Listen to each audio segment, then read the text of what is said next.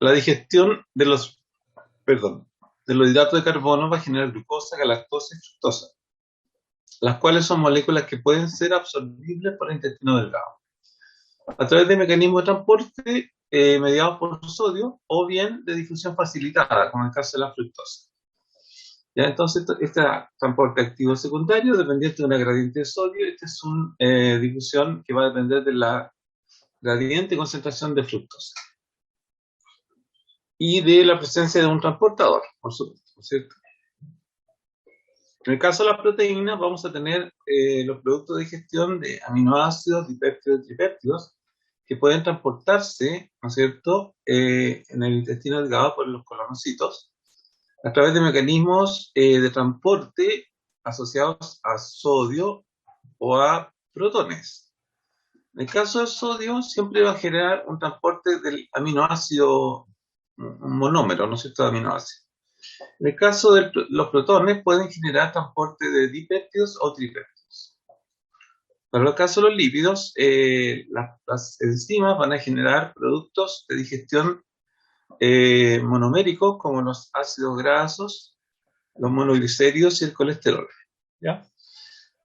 En el intestino delgado va a ocurrir el proceso, y este es un proceso simplemente de difusión simple, ¿ya?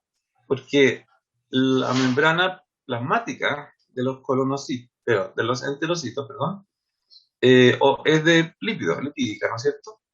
Por lo tanto, toda molécula lipídica, aunque se disuelve el lípido, puede atravesar libremente. Entonces, estas sales biliares, sabemos que lo que hacen es formar micelas en el intestino delgado. Pueden también haber difusión de los ácidos grasos, los monoglicéridos y colesterol en las células intestinales, y adentro de la célula se vuelven a reesterificar los triglicéridos y fosfolípidos y forman kilomicrones, ¿ya? Que requieren una estructura como, por ejemplo, una apoproteína para ser transferidos a la linfa. Entonces, tengo un mecanismo que es en el fondo simple, pero necesita algunos pasos para que sí pueda ocurrir. En el caso de las vitaminas liposolubles, ya tenemos que las micelas ayudan a que estas se puedan entonces acercar hacia la membrana de los enterocitos, ¿no es cierto?, y se puedan difundir hacia la célula intestinal. Para el caso de las vitaminas hidrosolubles, necesitamos un cotransporte dependiente de sodio. Y para el caso de la vitamina B12, ahí tenemos un mecanismo que requiere el factor intrínseco, que es un mecanismo de protección, ¿no es cierto?, y que acompaña a la vitamina B12 hasta el ilion terminal, donde finalmente es absorbido por el mecanismo de cotransporte dependiente de sodio. ¿Ya? También tenemos otro tipo de nutrientes como las sales biliares, que también son, después de que hacen su trabajo, ¿no es cierto?, son reabsorbidos en el ilion terminal, también por un mecanismo de cotransporte sodio-sales biliares.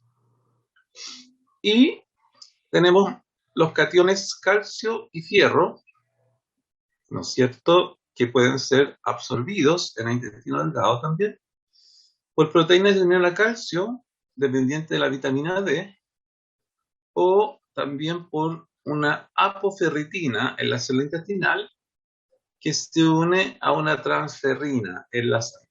¿Ya? Entonces aquí tenemos un mecanismo un poquito más complicado en el caso de la absorción de fierro, y tiene que pasar de fierro reducido a fierro oxidado, ¿ya? Perdón, no. El férrico que está oxidado tiene que pasar a un fierro reducido, ¿ya?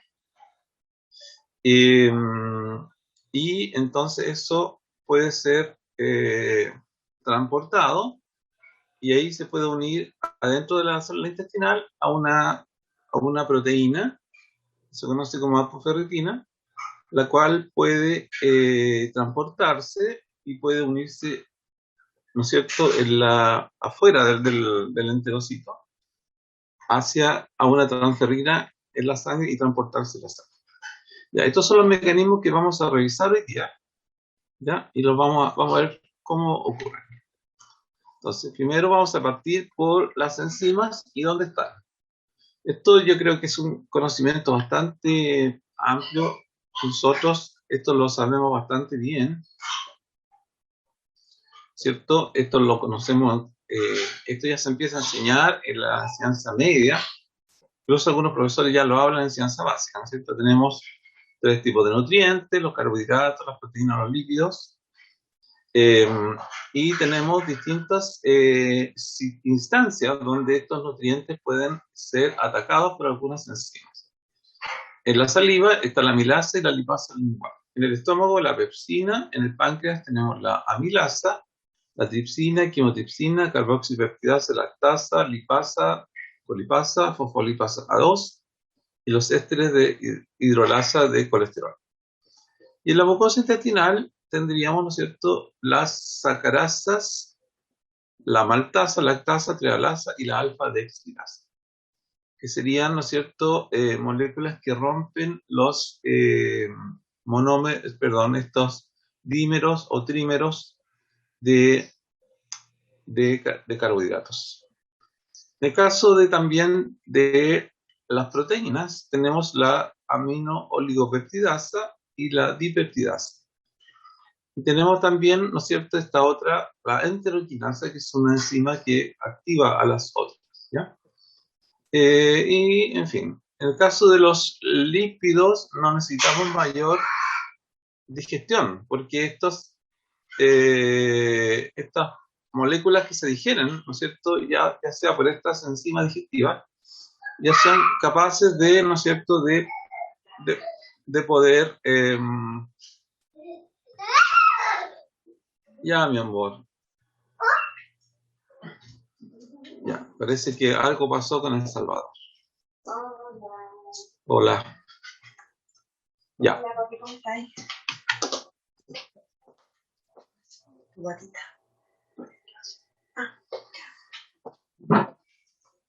Ya.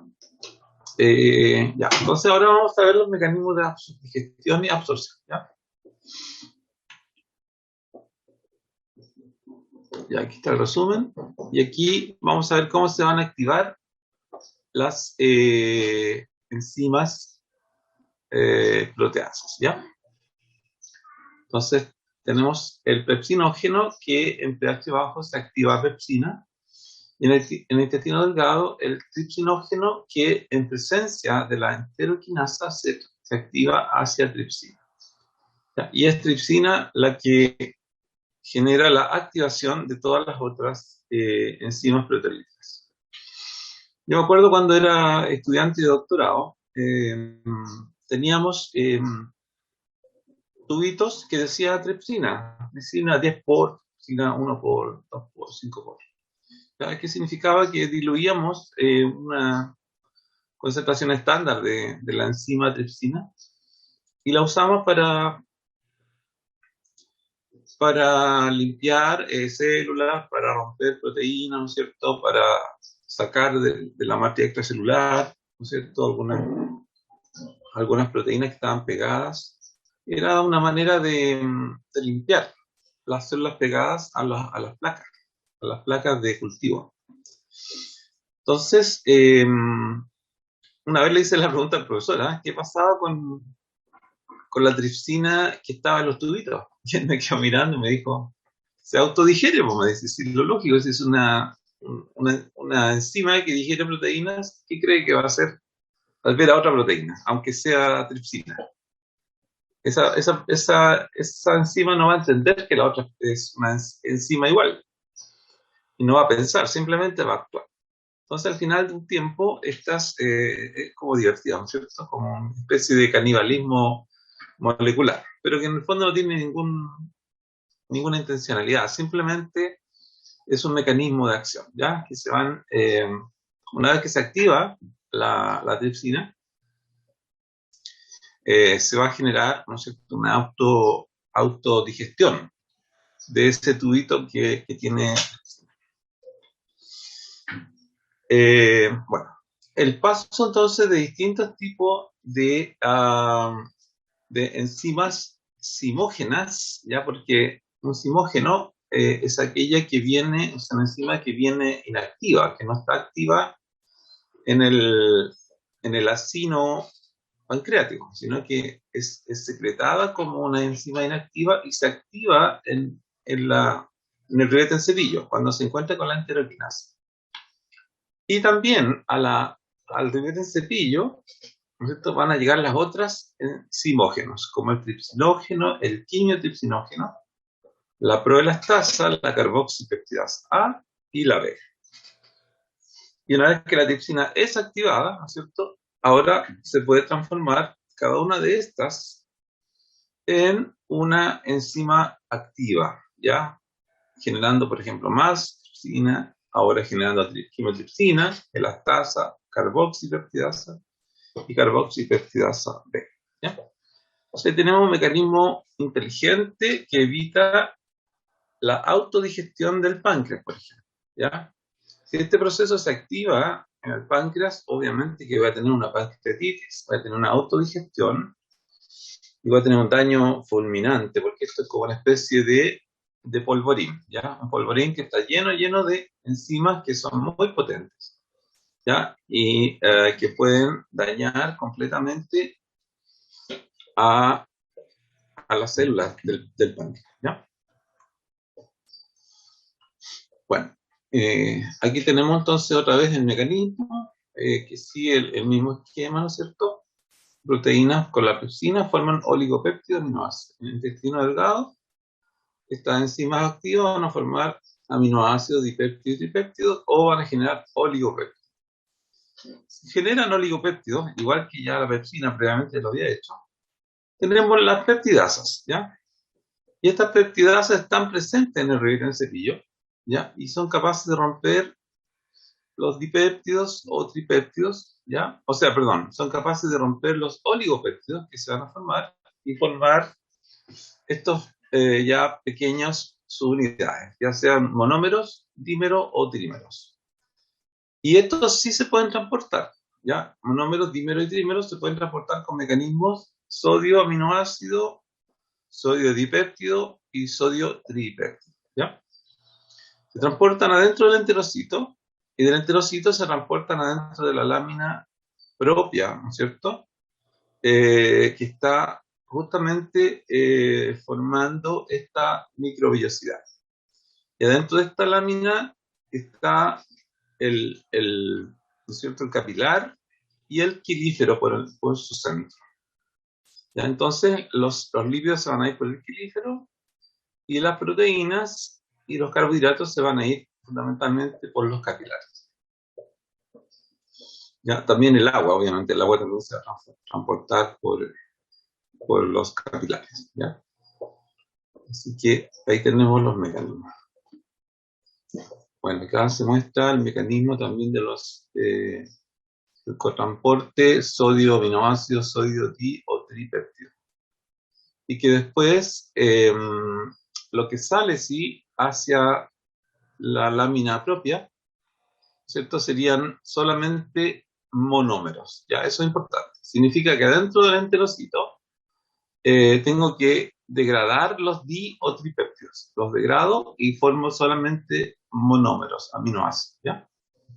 Entonces simplemente entro y obtengo la salida de aminoácidos hacia este espacio y la entrada de aminoácidos hacia los capilares, ¿ya?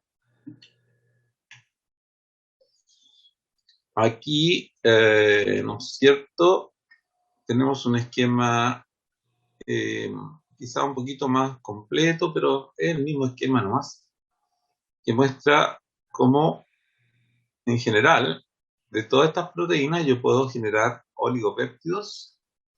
De estos oligopéptidos puedo generar ciertos residuos de 3 a 8 que son hidrolizados por las amino-oligopeptidasas, ¿ya?, en la membrana apical de los enterocitos. Y, ¿no es cierto?, aquí estos pequeños oligopéptidos pueden transformarse ahora por esta oligopeptidasa en dipéptidos o tripéptidos. o finalmente aminoácidos directamente, ¿no es cierto? Y si es aminoácido se transporta directamente, si es dipéptido, tripéptido, se transporta también directamente, ¿ya? Ahora, si no es como se muestra acá, hay algunos casos donde los dipéptidos tripéptidos también se pueden degradar, ¿cierto?, hacia aminoácidos y transportarse. Y finalmente, este es un esquema que, claro, le va dando un poquito más de detalle, pero en el fondo muestra lo mismo, ¿no? Aquí, oligopéptidos que tienen una prolina o alanina en la posición penúltima. Y quien degrada esto se llama la dipeptidaminopeptidasa. Y transforma entonces este tipo de péptidos, lo transforma en oligopéptidos, que ya no tienen esto, y lo transforma en dipéptidos, tripéptidos, que sí se pueden volver ahora a transportar o seguir degradando. ¿Ya? Entonces estamos hablando de una serie de procesos. Y finalmente, cuando ya hemos transportado los aminoácidos, estos se pueden directamente transportar y salir del enterocito hacia la circulación, o los dipéptidos y tripéptidos tienen que transformarse en aminoácidos a través de la acción de la dipeptidasa, tripeptidasa o la prolidasa. ¿Ya? Entonces tenemos todo ese tipo de mecanismos. Eso sería para el caso de las proteínas. Para el caso de los carbohidratos, tenemos que la digestión comienza en la boca, con la alfa-amilasa, ¿no es cierto?, salivar.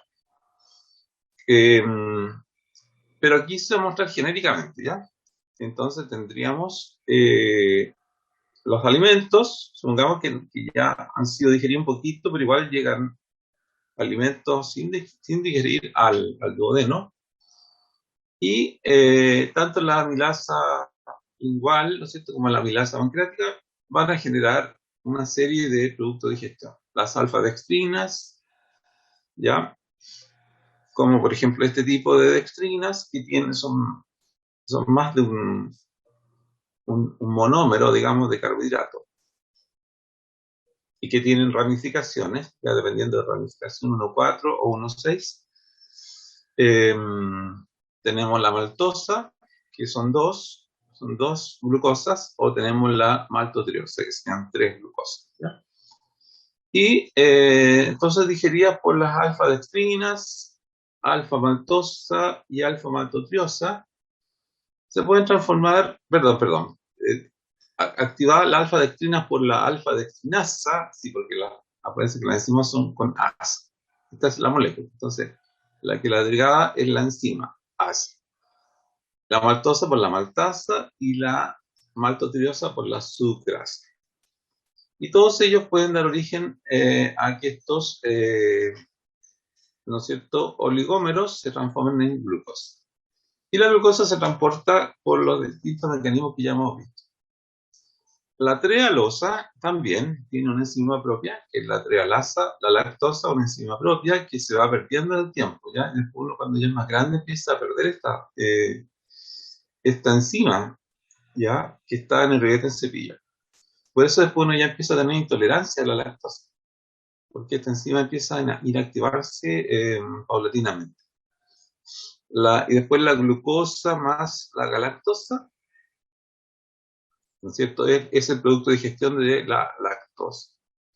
Y el producto de digestión de la sacarosa, a partir de la sacarasa, sería la glucosa más la fructosa.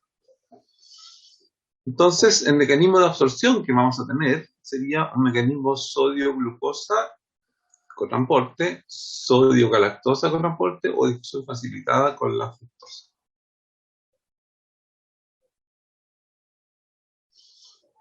Aquí el mismo esquema ya más complicadito, ¿no es cierto?, pero un poco más completo. Va mostrando cómo cada uno de los productos, las moléculas, ¿no es cierto?, los oligómeros, se van a transformar en glucosa, ¿ya?, por las distintas enzimas del riguete en cepilla, por la sucrasa, por la lactasa, por la alfa-dextrinasa, y después los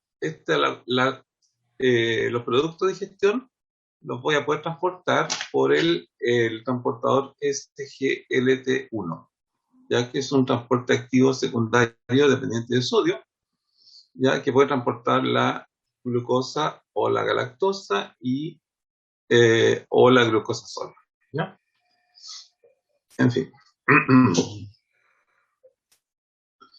Ya. Aquí tenemos entonces los distintos mecanismos que podemos usar. Un transporte activo secundario, SGLT1, que transporta glucosa o galactosa, y un transporte facilitado con el GLUT5, que permite, ¿no es cierto?, la entrada de fructosa a favor de su gradiente de concentración. Una vez que la fructosa o la glucosa o la galactosa están adentro, salen por un GLUT2, ¿ya?, hacia la lámina propia, y desde ahí ingresan hacia los capilares, ya pasando por un otro GLUT más, ¿ya? Un GLUT. Entonces tenemos 3 GLUTs que son necesarios para que entre al enterocito, otro que es necesario para que salga, otro GLUT que es necesario para que entre a la célula endotelial, y muy probablemente, ya, aunque no sale muy bien a veces los esquemas, otro GLUT más que permite salir a estos monómeros, glucosa, galactosa y fructosa, a la luz de los capilares, ¿ya?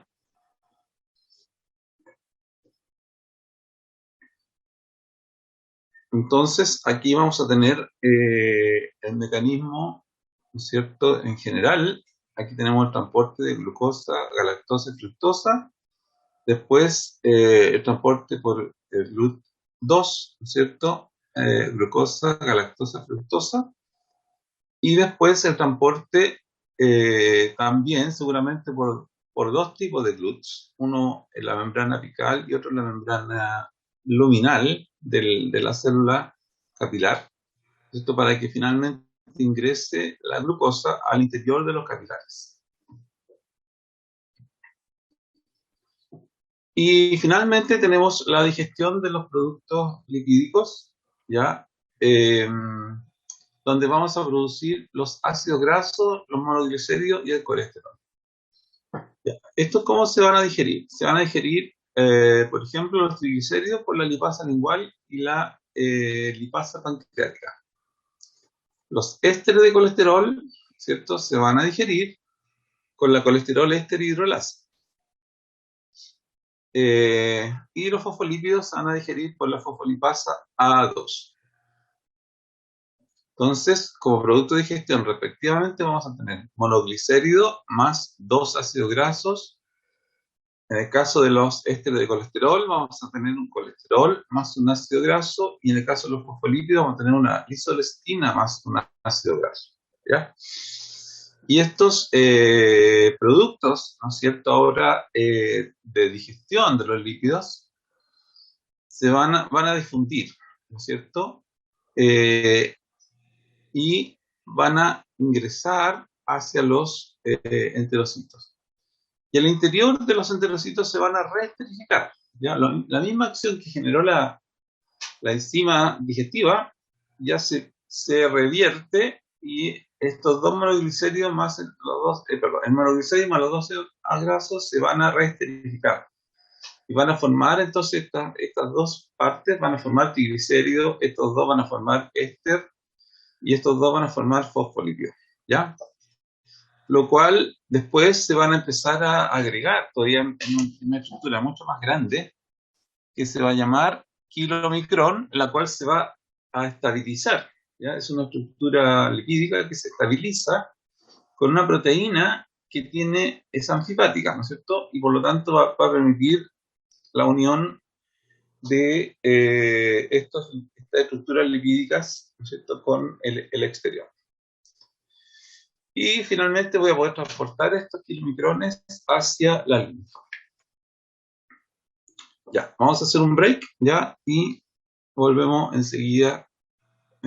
Este va a ser un break cortito nomás, porque necesito ir al baño, ¿ya? Así que vamos a parar un poquito y vamos a dejar de grabar.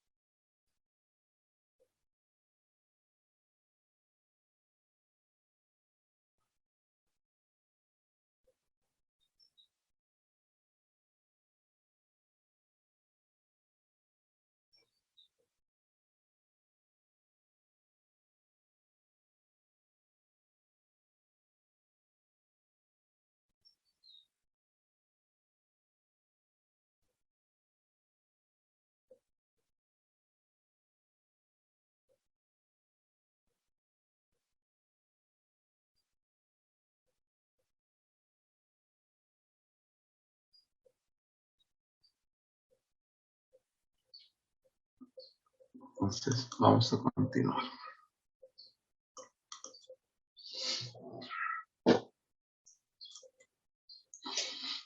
Entonces, vamos a tratar de comprender un poquito el rol de las sales biliares, ¿ya? Cómo forman vesículas y forman micelas.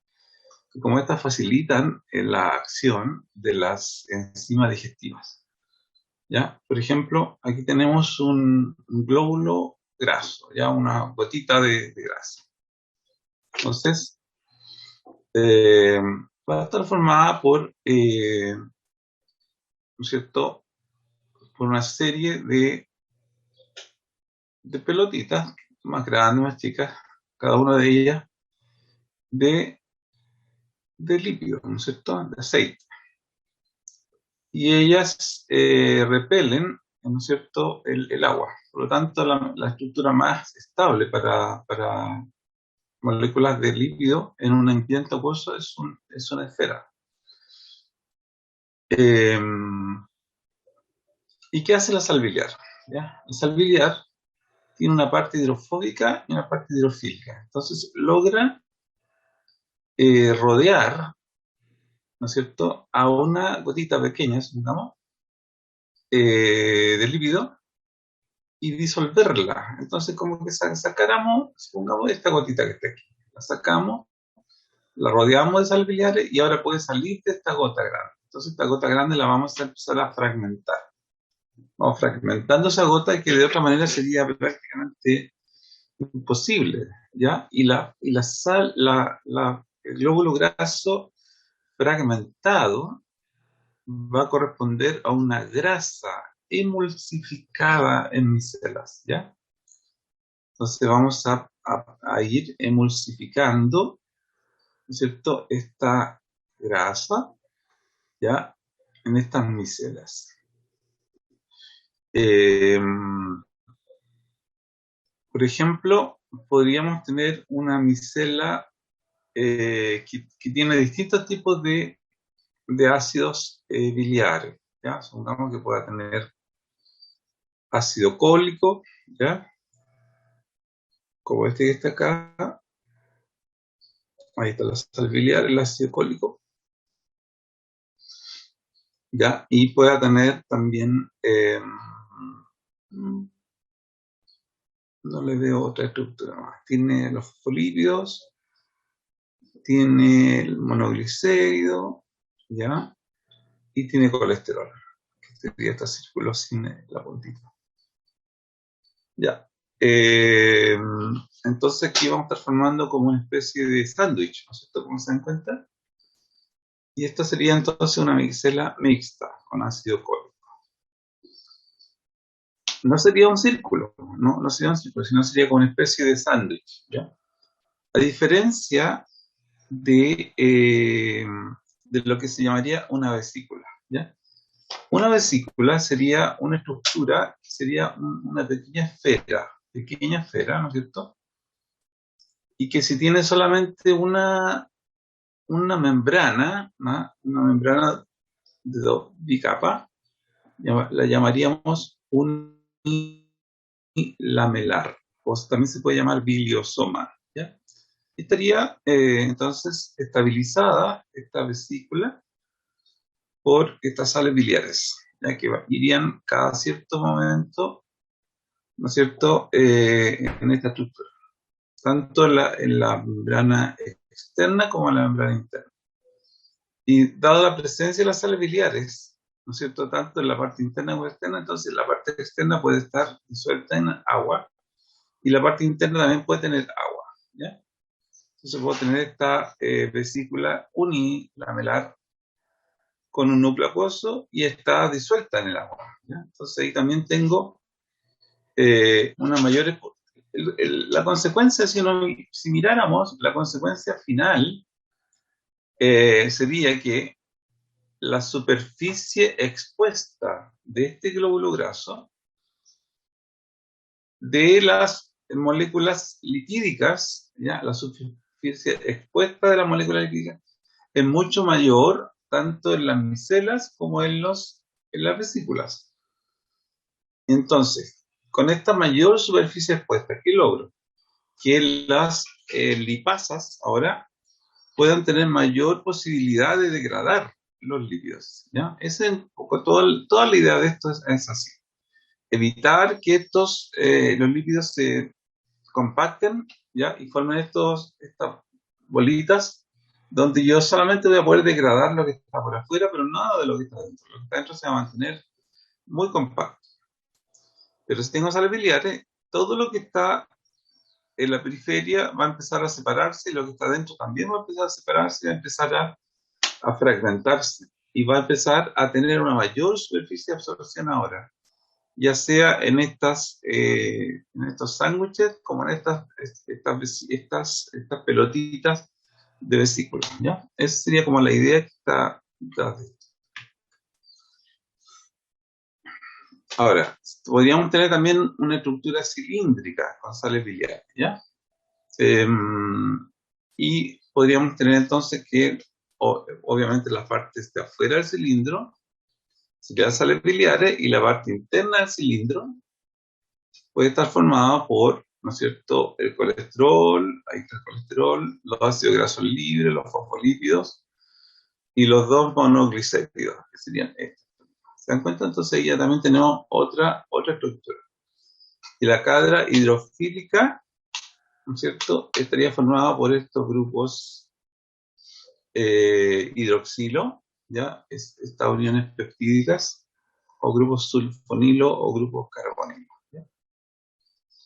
Entonces, en presencia de una gotita de grasa y en presencia de bilis, yo puedo agitar y puedo emulsificar esta grasa. Y en presencia de lipasa pancreática, ¿cierto? Estas micelas o vesículas, yo voy a poder ahora digerir esta grasa emulsionada en ácidos grasos y 2 monoglicéridos. Con ácido cólico también se puede formar una micela cilíndrica de ácido cólico, ¿no es cierto? Por la estructura que tiene el ácido cólico, ¿no es cierto? Se va formando esta estructura, se va colocando, ¿no es cierto?, una molécula al lado de la otra, hasta que finalmente van formando esta especie también de sándwich de doble capa. ¿Ya? Ahora, ¿cómo se va a transportar una vez que los lípidos están digeridos y están formados en estas micelas, ya están agregados en estas micelas y en estas vesículas, ¿ya? Estas moléculas ya digeridas, que todavía están rodeadas por ácidos biliares, pueden difundir a través de una capa que está en la superficie del enterocito, que vamos a llamar una capa no mezclada, ¿ya? Donde no hay movimiento. Es una capa con cizallamiento máximo, ¿no es cierto? Porque cualquier mínimo movimiento que pueda haber aquí va a generar la mayor fuerza. Pero acá, ¿no es cierto?, esta difusión va a estar facilitada por este pequeñísimo movimiento que se está generando aquí. Y los lípidos entonces van a empezar a acercarse a la membrana. Una vez que toquen la membrana ya van a poder soltarse y difundirse a través de la membrana plasmática. Y en el interior de la membrana plasmática del citosol ya van a poder reestedificarse, como se muestra acá. Entonces aquí tenemos una micela, ¿no es cierto?, que ya va a tener rodeada por ácidos biliares, colesterol, monoglicérido, lisofosfatidil, ¿no es cierto?, ácidos grasos libres, ¿no es cierto? Perdón, esto es liso-PL, es la lisolecitina, disculpa. Ya, entonces, todos estos monómeros ahora se van a poder reesterificar, ¿no es cierto?, y formar ésteres de colesterol, triglicéridos o fosfolípidos, ¿ya? Y una vez que están reesterificados, pasamos al paso 4, ¿no es cierto?, donde se van a poder estructurar en una gota de nuevo de grasa. Ahora lo que queremos es volver a, si inicialmente no queríamos tener la gota, ahora queremos tener la gota, porque ahora queremos transportar esa gota, ¿ya? Entonces, una gota que esté llena de colesterol, triglicéridos y fosfolípidos, y está estabilizada por la polipoproteína B, ¿ya? Y ahora, una vez que formamos esto, se va a llamar kilomicrón.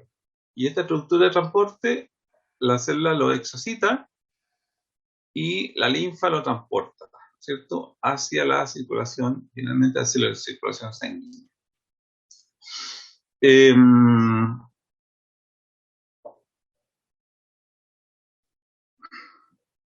Y estos kilomicrones son gotitas grandes de 100 nanómetros, ¿ya?, que son empacados en el Golgi y exocitados hacia la linfa, ¿ya?, y transportados entonces de esa forma. Ahí tenemos un esquema diferente, hecho por el Bernet, ¿no es cierto? Dos monoglicéridos ingresan, lisolecitina ingresa, colesterol ingresa, ¿no es cierto?, se reesterifica, forma el kilomicrón, y el kilomicrón es exocitado y transportado por el clífero del, ¿no es cierto?, del sistema linfático. Y una vez que entonces los ácidos grasos que no ingresaron, porque estos enterocitos, la gracia que tienen es que no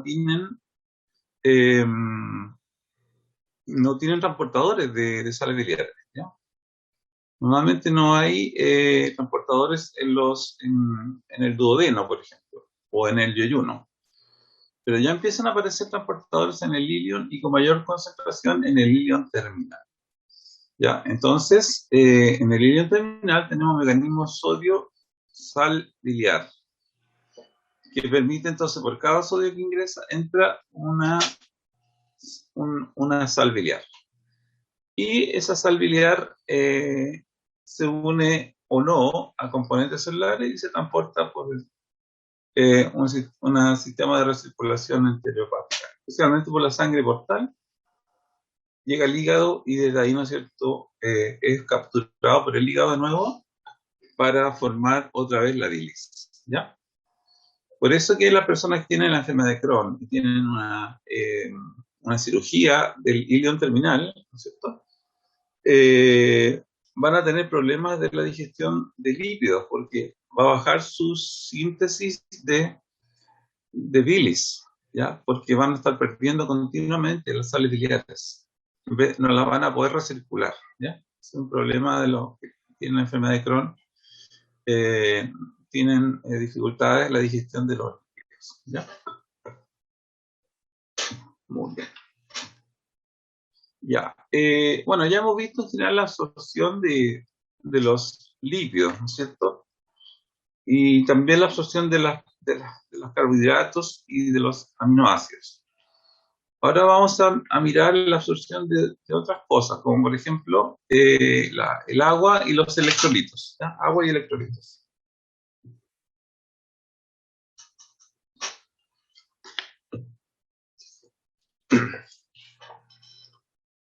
El agua y los electrolitos tienen un mecanismo bastante simple de ingresar. ¿Ya?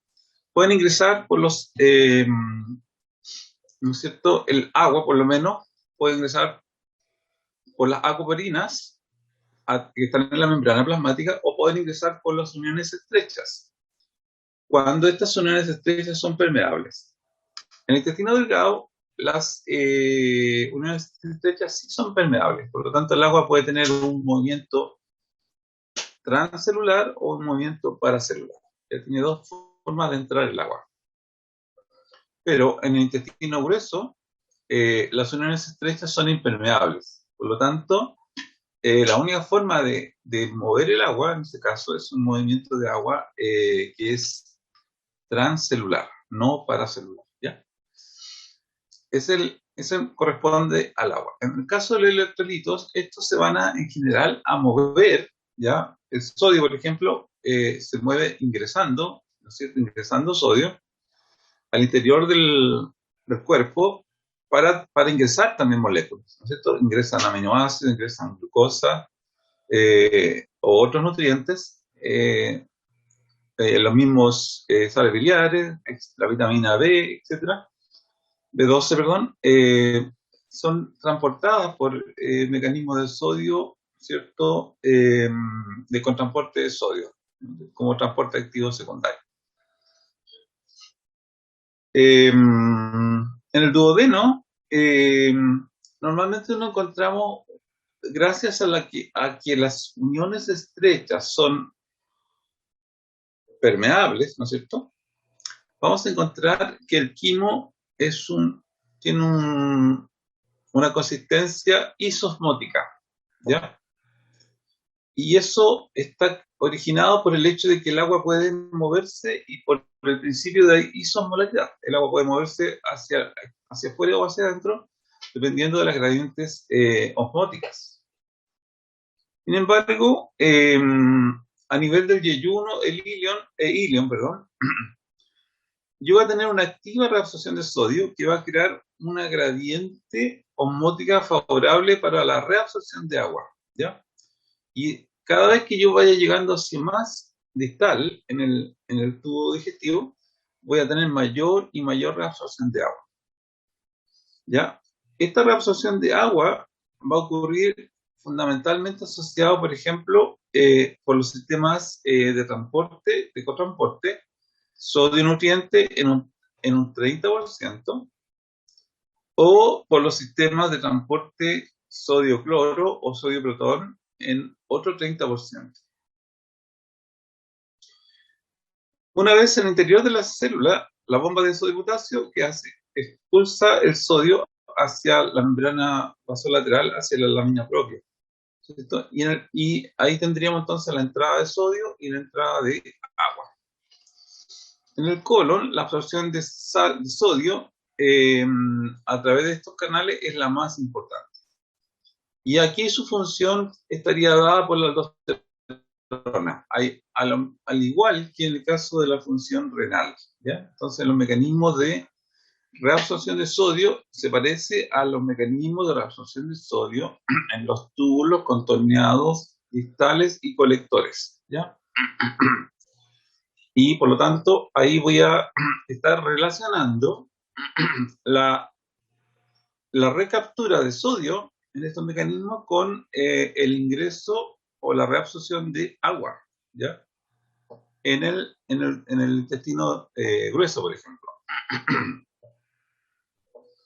En el caso del cloro, va a ocurrir por tres vías: difusión pasiva, un cotransporte, un anticotransporte, cotransporte de sodio cloro o antitransporte, ¿no es cierto? Cloro bicarbonato.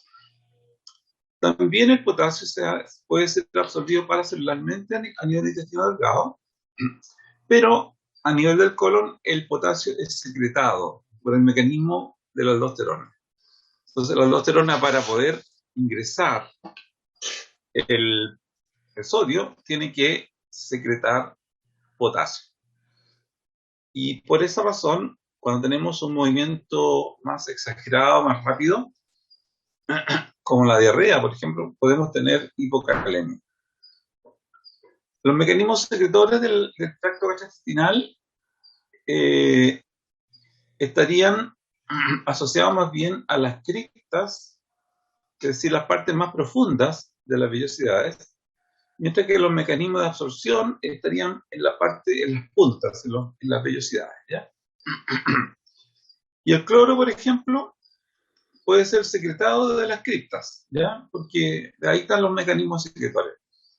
Y en este caso sería causado por un mecanismo dependiente con AMP cíclico, que es inducible por la toxina del cólera. Entonces, un aumento de la secreción de cloro causaría un aumento de la secreción de sodio, que sería cloruro de sodio, ¿no es cierto?, sal, y eso arrastraría por gradiente osmótico el agua hacia el lumen y generaría una diarrea osmótica. Para el caso de otras sustancias, como las vitaminas liposolubles, ellas van a ingresar con micelas, ¿ya? Y van a ser absorbidas a nivel del todo el intestino delgado. Para el caso de las vitaminas solubles en agua, son transportadas por mecanismos asociados a sodio o por un transporte facilitado. La vitamina B12 sería transportada por un mecanismo de transporte asociado a sodio, ¿ya? Cotransporte con sodio. Pero además de eso, ¿no es cierto?, el complejo vitamínico B12, unido a su factor intrínseco, se une al receptor específico a nivel del ilion terminal y es absorbido. Por esa razón que uno, removiendo el estómago, por ejemplo, generando gastrectomía, va a generar anemia perniciosa, que es causada por la ausencia de vitamina B2. ¿Por qué? Porque el estómago está produciendo, ¿no es cierto?, el factor intrínseco, ¿ya?, que es el que protege a la vitamina B2. El calcio, por su parte, es absorbido por una proteína que une calcio y es activada por 1,25 dihidroxicolecalciferol, ¿ya? El calcio se internaliza hacia el LIC a través de una bomba de calcio o un anticor sodio-calcio. Y si hay fallas en este mecanismo de absorción de calcio, se puede generar raquitismo en niños u osteomalacia en adultos. En el caso del fierro, este puede ser absorbido como fierro acomplejado en grupos M o como ion ferroso, ¿ya? La vitamina C se sabe que promueve la absorción de fierro al reducir el ion férrico al ion ferroso, ¿ya?, e impedir que el fierro se insolubilice en el quimo. Sabemos que el ácido estomacal facilita la ruptura de los complejos de hierro insolubles, por eso que también es importante su acción. Y el ion ferroso o el grupo hemo son transportados entre los sitios por un carrier específico. Una vez en el interior se libera todo el fierro acomplejado y se unen a la apoferritina, que se transforma en ferritina, que sirve de reservorio. Y para pasar al extracelular, el LEC debe dejar la ferritina y unirse a un transportador que lo envía a la circulación, donde se une a una transferrina, viaja al hígado o hacia los huesos para formar la hemoglobina. Bueno, todo eso que están como teórico, con muchas palabras, se podría reducir aquí en un esquema bastante complejo, en realidad, de la absorción de fierro, ¿ya? Entonces, el ion férrico se transforma en ion ferroso por la fierro reductasa. Y este ion ferroso puede transportarse, ¿no es cierto?, con un cotransportador dependiente de protones al interior del enterocito, ¿ya? Y este ion ferroso se transforma en ion férrico por la ferroxidasa. Y este ion férrico, ¿no es cierto?, se puede unir a las proteínas de unión a hierro, ¿ya?, y desde ahí transportarse hacia afuera por este transportador, que deja entonces el ion férrico libre en la sangre, el cual en realidad no le gusta estar muy libre, sino que le gusta estar pegado a la transferrina, ¿ya? Con la cual se moviliza la sangre. Para el caso de las proteínas hemo, ¿no es cierto? O los grupos hemo, perdón, hay un transportador específico de los grupos hemo que puede ser ingresado, ¿no es cierto? Después que uno se come alguna carnecita, ¿no es cierto? Alguna cosa. Y estos grupos hemo los puedo ingresar a mi cuerpo y a través de la hemooxidasa puedo también generar ion ferroso y transformarlo en férrico y así seguir la vía. Ahora, también el ion ferroso puede unirse a la ferritina adentro de la célula, formando una acumulación de fierro, ¿ya? De hecho, también hay muchas situaciones patológicas cuando esta acumulación es muy grande, ¿ya? Forma la hemosiderina, que es una serie de alteraciones, ¿no es cierto?, que no están adecuadas, ¿ya? Grandes depósitos de fierro en el cuerpo. Profesor, Sí. ¿cuál es el grupo hemo o ese? El grupo hemo es el grupo tetrapirrólico que está formando el grupo prostético de cada una de las globinas que se une al fierro. Entonces, a ver, espérame, vamos a abrir un esquema y te lo voy a mostrar, ¿ya? Ya. Vamos a mirar aquí, grupo hemo.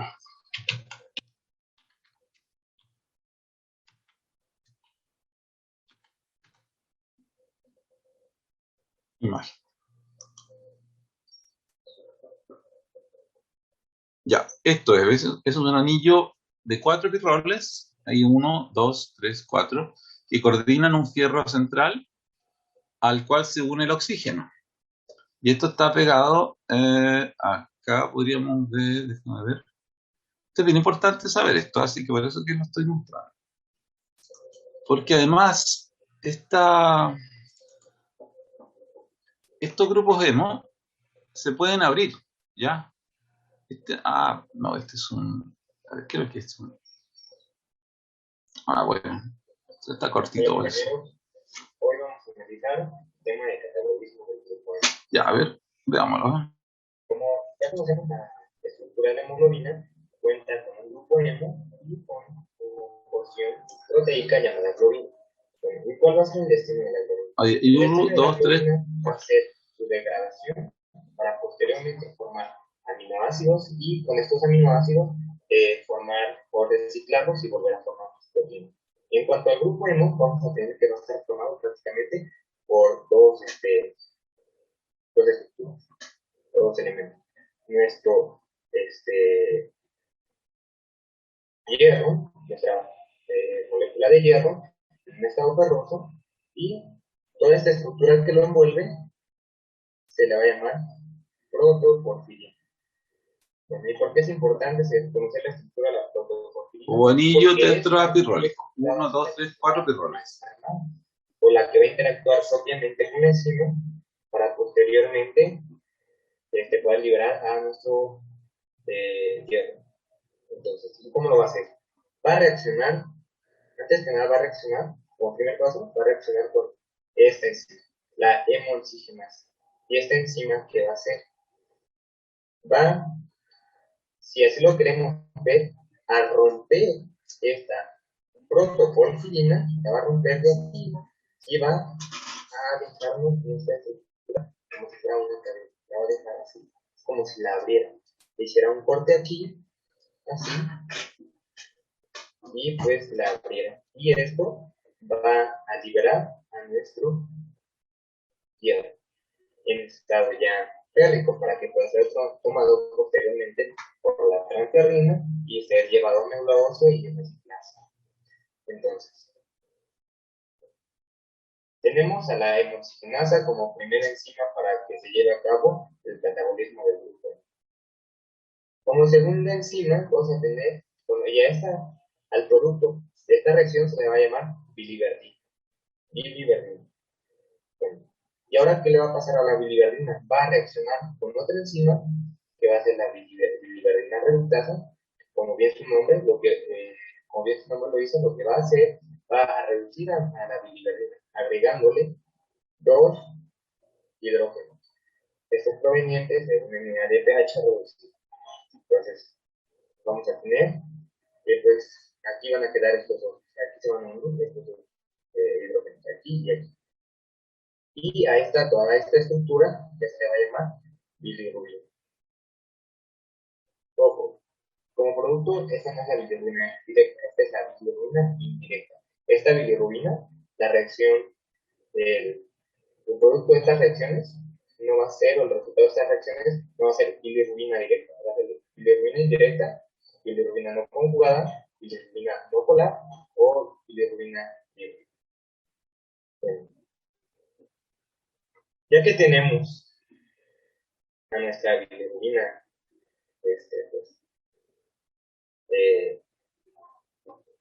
ya que tenemos a nuestra bilirrubina no conjugada o insoluble, ¿cómo vamos a hacer para que nuestra bilirrubina no conjugada se vuelva bilirrubina conjugada o directa y de esta manera se pueda excretar? Ya. Entonces, ahí tenemos una idea general, ¿ya? Esos son los grupos hemo, así se catabolizan y así se reutiliza el fierro y el anillo tetraperrólico se abre, formando primero, ¿no es cierto?, la biliverdina, por lo cual los lugares donde tengo, por ejemplo, una hematoma, primero se ponen verdes y después se ponen amarillos, ¿no es cierto?, porque aparece la bilirrubina. Se metaboliza primero a biliverdina, después se metaboliza a bilirrubina. Y después, ¿qué hace nuestro cuerpo inteligentemente?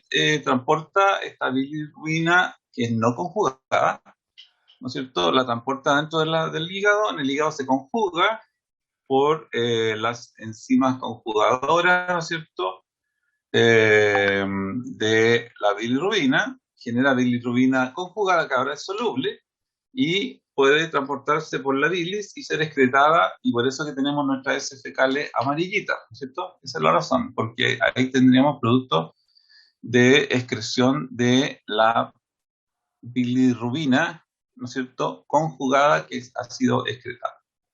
¿Se entiende, Christopher? Sí, se entiende. Muchísimas gracias, profesor. Vale, ya, muy bien. Ya. Ahora, ¿qué pasa en el yeyuno con el transporte de electrolitos? Así como sabemos que en general la mayor parte de los alimentos ya pueden ser ingresados en el duodeno, ¿ya? Sin embargo, todavía existe una importante cantidad de alimentos que, dependiendo de la velocidad con que se va generando, ¿no es cierto?, dependiendo de la cantidad de alimentos, etcétera, hay como una zona de seguridad, ¿no es cierto?, en el yeyuno para que se siga transportando el alimento que pueda ser importante. Y finalmente todavía tenemos una última zona de seguridad para transportar más lo que ya vaya quedando al final en el ilion, ¿ya? Pero aquí, por ejemplo, claramente se ve ese fenómeno, que transportamos los azúcares o aminoácidos a través del mecanismo sodio-azúcar. Y acá también transportamos, ¿no es cierto?, el sodio también lo absorbimos, ¿no es cierto? Absorbimos. Perdón, aquí está El Salvador. Ya, Salvador, vaya, no.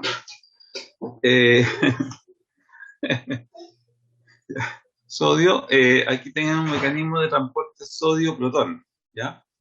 Que se parece al mecanismo que tenemos en el túbulo contorneado proximal, pero en realidad es diferente, ¿ya? Porque acá no tenemos una anhidrasa carbónica en la zona del lumen, ¿ya? No hay una anhidrasa carbónica aquí que lo que haga sería ingresar el bicarbonato, ¿ya? Al revés, ¿ya? Al revés, porque lo que hace es, aquí la hidrasa carbónica está dentro, ¿no es cierto? Y me permite transportar el bicarbonato, generar un bicarbonato y excretar un protón, ¿ya? En el yayuno, ¿ya? Se genera un protón y reabsorbo un bicarbonato, ¿ya? Entonces, no estoy tomando un bicarbonato que venga aquí en el quimo, ¿no es cierto? Y transportándolo para acá. No estoy haciendo eso, sino que estoy simplemente excretando un protón acá. Pero con este mecanismo lo que hago es, en realidad, seguir transportando el sodio, porque me interesa mantener el sodio ya adentro del cuerpo. Y los protones, sí, en realidad me interesa eliminarlo. Y generar bicarbonato me interesa también, ¿ya? Esos son elementos que me interesan hacer. Así que por eso que funciona este mecanismo, sirve para eso. En el ilion, ¿ya? Aquí tendríamos un mecanismo diferente, ¿ya? Sigo todavía, por razones de seguridad, ¿no es cierto?, tratando de reabsorber el sodio asociado a azúcar aminoácido. Sigo excretando protones, ¿ya? Y reabsorbiendo sodios, ¿ya? Eso lo estoy haciendo. Sin embargo, ahora el bicarbonato no lo estoy incorporando al cuerpo, sino que el bicarbonato lo estoy también excretando juntamente con el protón, es decir, básicamente no estoy perdiendo nada, simplemente estoy usando aquí el producto de la separación del ácido carbónico, ¿no es cierto? Lo estoy usando para entrar sodio y para entrar cloro. Eso es lo que estoy haciendo. Estoy generando entonces una recuperación del sodio y del cloro en el ilion terminal, ¿ya? Eso, así que no estoy generando aquí un balance ácido-base de ninguna forma. Y en relación a la secreción de cloro, ¿ya? En las células intestinales, en las zonas más profundas, en las criptas, ¿no es cierto?, tendríamos el siguiente mecanismo, bien conocido, bien descrito el mecanismo, ¿no es cierto?, que a través del estímulo, por ejemplo, de neurotransmisores, ya, hormonas, se unen a un receptor que está asociado a una proteína G, que está asociado a estas tres proteínas y a la adeninato ciclasa, ¿no es cierto? Una vez que se activa, se produce la síntesis de AMP cíclico, lo cual facilita la ADP ribosilación de proteínas necesarias para que el cloro pueda ser excretado hacia la luz del intestino. Una vez que es secretado el cloro por potencial eléctrico, el sodio persigue al cloro y esto aumenta la molaridad al doble, por supuesto, ¿no es cierto? Y una vez que aumenta la molaridad, el agua sigue al aumento de la molaridad por aumento de presión osmótica. Y esto empieza a generar una secreción, ¿ya? Y eso es lo que produce una diarrea secretora. Si es que esto está descontrolado, o sea, normalmente esto se controla, no es en un volumen tan alto. ¿En qué condiciones se descontrola? Cuando tomamos una toxina del cólera, ¿ya?, que activa la suña alfa de la proteína G, y esta en forma constitutiva mantiene alto la adeninato ciclasa, ¿ya?, y mantiene alto el mecanismo de expulsión de cloro. Al mantenerlo alto, eso entonces hace que efectivamente ocurra una secreción, ¿ya?, de sodio y de agua. Y para que todo este mecanismo también pueda ocurrir, aquí usamos un transportador triiónico similar al del asa de Helen gruesa ascendente. ¿Ya? Tenemos sodio, potasio, 2 cloros, ¿ya?, que se moviliza, ¿no es cierto?, y moviliza hacia el interior el sodio, el potasio y los 2 cloros, ¿ya?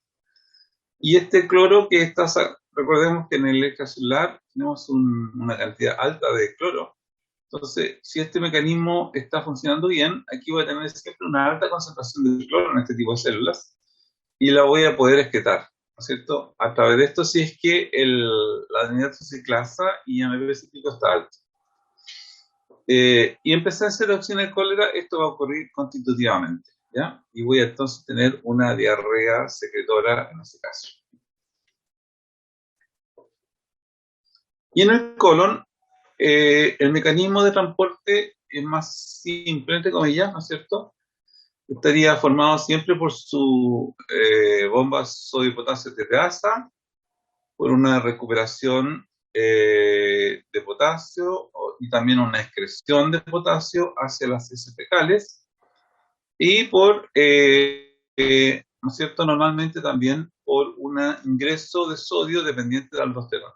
¿Ya? Recordemos que la aldosterona lo que va a hacer va a aumentar la actividad de la bomba sodio-potasio tereasa, va a aumentar la síntesis de canales de sodio y también eso facilita la secreción más activa de potasio. Y en esta condición, ¿no es cierto?, de alta aldosterona, podemos tener una eliminación mayoritaria de potasio en el intestino grueso. Y para terminar, tendríamos cosas del intestino grueso. Por ejemplo, aquí está toda su estructura, pero acá tenemos indicadores. Por ejemplo, obviamente aquí sabemos que se va a formar las heces sólidas, ¿no es cierto? Pero tengo este importante elemento a considerar, que en el intestino grueso es capaz de recuperar 2 a 3 litros de agua por día. Si yo le agrego por el ilion terminal, supongamos 5 litros de agua por día, va a ser incapaz de mantener esos 5 litros en un día y va a excretar 2 litros de diarrea, ¿ya? Porque solamente tiene una tasa limitada de absorción de agua, ¿ya? Obviamente aquí se va a absorber mucho sodio y mucho cloro, lo cual va a facilitar la consistencia de las heces. Se va a secretar la aldosterona y se van a formar una gran cantidad de gases, ¿ya? Unos 7 a 10 litros de gases por la digestión bacteriana. Ya, esto es bastante molestoso, tiene olor, ¿no es cierto?, en general, y incluso puede causar incendios, aunque parezca chistoso, pero efectivamente ya hay personas que tienen una gran tal cantidad de formación de gases que pueden esos gases ser inflamables. Yo me acuerdo cuando era pequeño, en la casa donde yo vivía, había un joven que sin necesidad, digamos, de estar desnudo, sino que con ropa, se agachaba y se ponía un encendedor cerca de su trasero y se expelía sus gases y tiraba una llama bastante grande. Yo era chico, debe haber tenido unos 5 años, o algo así, 5 o 6 años, y ese era uno de los espectáculos que había al lado de mi casa, ¿ya?, en las noches. No había internet, había muy poca televisión, solamente radio había. Entonces no había muchas cosas que hacer. Nos juntábamos a jugar a la pelota, a las bolitas, cosas así. Y ese era un espectáculo, me acuerdo, de joven que hacía este tipo de cosas. Bueno, ¿de qué están compuestos los gases colónicos? ¿Por qué son inflamables? Porque hay metano, ¿ya? Hay gas de hidrógeno, hay nitrógeno, ¿ya? Pero este es inflamable, ¿ya? La gran mayoría de estos gases, en general, uno los puede difundir de vuelta, ¿ya? Y no pasa nada. Pero de todas formas, uno va a expeler un flato más o menos en un volumen de unos 600 ml al día, ¿ya? A veces en forma imperceptible. Y entonces terminamos con una visión general también de los síndromes y desórdenes más relevantes del tracto gastrointestinal. ¿no es cierto? Como por ejemplo la acalasia, tendríamos un aumento del tono del esfínter esofágico inferior, y eso va a generar retención de alimento en el fondo del esófago y ensanchamiento del esófago, molestia, dolor, ¿no es cierto? Y mal olor también. Flatulencia, por razones que hemos visto. Reflujo, si tenemos una disminución, ¿no es cierto?, del esfínter esofágico inferior, también podemos tener ahí un reflujo. Gastritis, ya sea por aumento de la síntesis de protones o disminución de los factores defensivos. Úlcera péptica, esto normalmente por aumento de los factores agresivos, ¿ya? Y esto normalmente va a estar dado, ¿no es cierto?, por una ruptura, una pérdida, ¿no es cierto?, de la mucosa y daño en la submucosa. La úlcera duodenal, que es cuando la carga, ¿no es cierto?, del quimoácido es mayor de lo que debería ser y empieza a lacerar y a dañar el bulbo duodenal.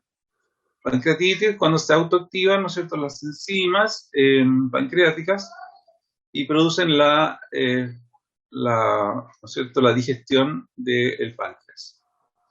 Fibrosis quística es una alteración, ¿no es cierto?, que modifica el transportador de cloro, ya que es un canal de la fibrosis, que se llama canal de la fibrosis quística, ¿ya?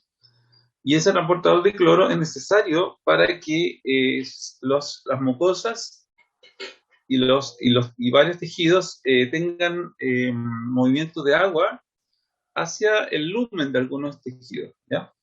Entonces, el lumen, por ejemplo, de la vía aérea va a estar húmedo, con una humedad correcta, si tengo el transporte de cloro adecuado, ¿ya? Al cual le sigue el sodio, al cual le sigue el agua. Entonces va a tener hidratado esa vía. Lo mismo va a pasar con las vías digestivas, ¿ya? Sí. Entonces, ¿qué pasa cuando eso se daña? Cuando no hay transporte de cloro, se va a producir una falta falta de agua en algunos tejidos, ¿ya? Se va a empezar a resecar el tejido, se va a empezar a hacer viscosa ¿no es cierto?, el interior de esos tubos. Por ejemplo, se va a hacer más viscoso por decirlo de una forma, los bronquiolos, va a estar más viscoso el mucus, ¿ya? Entonces ya no va a poder ir sacando muy bien el material que está pegado. También más viscoso el mucus que está en el intestino, ¿ya? Entonces, todos los tejidos y los órganos huecos van a empezar a quedarse más secos por efecto del daño de este gen de la fibrosis quística. Y, además de eso, voy a tener una mayor liberación de cloro y de sodio hacia afuera, ¿ya? Entonces voy a tener una piel más salada, ¿ya? De hecho, se habla de eso, la gente antigua hablaba de que cuando el paciente tenía su frente era salada, ¿ya? Entonces era como que una mal o algo le venía a su cuerpo y ya no tenía solución. La intolerancia a la lactosa, ya sabemos la pérdida, ¿no es cierto?, de la lactasa, que eso va ocurriendo en el tiempo. La resección ilíaca, que sabemos que evita la recirculación de las sales biliares y de la vitamina B12. El síndrome de Zollinger-Ellison, que sabemos que produce entonces un gastrinoma o un tumor secretor de gastrina que no es controlado por la somatostatina. Entonces mantiene altos los niveles de glucosa, de gastrina, ¿cierto? Y una alta secreción de ácido. La enfermedad celíaca, también, ¿no es cierto?, también conocida como SPRU tropical o enteropatía del gluten, es una enfermedad, ¿no es cierto?, que me va a generar una infección generalizada, ¿no es cierto?, al tubo digestivo, y se va perdiendo paulatinamente gracias a esta acción infecciosa e inflamatoria. Se va generando una pérdida de la superficie de absorción, ¿ya? Y estas personas van teniendo grandes problemas en la absorción de sus nutrientes. Son personas que normalmente no crecen muy bien, no tienen una buena nutrición por efecto de esta disminución de la superficie de absorción. La falla en la síntesis de la apolipoproteína B, ¿no es cierto?, también obviamente me va a generar problemas en la generación de, ¿no es cierto?, de estas vesículas, ¿no es cierto?, estas vesículas grandes de lípido que se me va formando, ¿no es cierto?, en el enterocito, y con la cual yo puedo ingresar hacia los pilíferos y hacia el linfático los lípidos. La anemia perniciosa, que estaría generado ya sea por la resección ilíaca o por la resección gástrica, ¿no es cierto?, porque no tengo vitamina B12. El raquitismo, la osteomalacia por déficit en el ingreso de calcio, la diarrea osmótica, por ejemplo, a partir, ¿no es cierto?, de la secreción de cloro y la secreción de sodio, ¿ya? Por ejemplo, en la toxina alcohólica. Síndrome de mala absorción, cuando hay daños en la mucosa duodenal, ¿no es cierto?, y se pierde la acción de estas enzimas que están en el riguete en cepillo. Colon irritable, cuando tengo mucha actividad del colon, de los plexos, ¿no es cierto?, entéricos, y eso genera que haya una descarga del colon demasiado grande, o un colon que no se mueve, un colon que genera un megacolon, como la enfermedad de Hirschsprung, ya, porque hay menos actividad de los plexos, ¿ya? Y ahí la persona va a tener austras gigantes, ¿no es cierto? Eso es lo que va a pasar. La vagotomía, que me va a generar ausencia de todos los estímulos vagales hacia el sistema entérico, con todos los problemas que pueden causar, y finalmente los problemas hepáticos como la hepatitis, ya que también puede generar un gran problema en la digestión, entre otras cosas. Ya, bueno, eso es lo que vimos ahora. Le agradezco, no sé si tiene alguna duda.